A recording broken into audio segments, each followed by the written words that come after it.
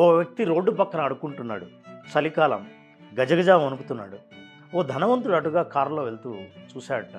నా దగ్గర చాలా పాత చలికోట్లున్నాయి కదా, ఇలాంటి వాళ్ళకి సహాయం చేయాలని అనిపించి వెంటనే కారు ఆపి ఆ అడుక్కునే వ్యక్తిని కారులో కూర్చోమన్నాడు. అతనితో పాటు ఇంటికి తీసుకెళ్ళాడు.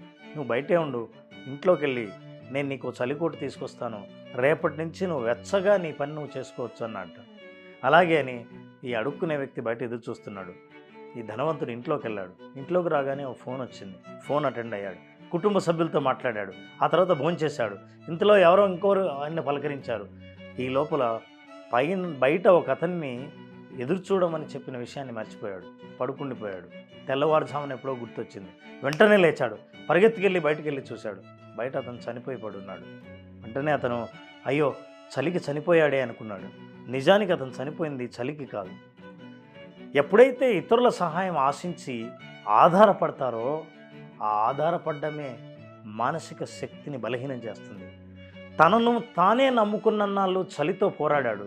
కానీ ఎప్పుడైతే ఇతరులు సహాయం చేస్తారని అనుకున్నాడో శారీరకంగా కూడా తన శక్తిని కోల్పోయాడు. ఎప్పుడైనా సరే మన శక్తిని మనం నమ్ముకున్నన్నాళ్ళు మనం చాలా బలవంతులం. మీరేమంటారు?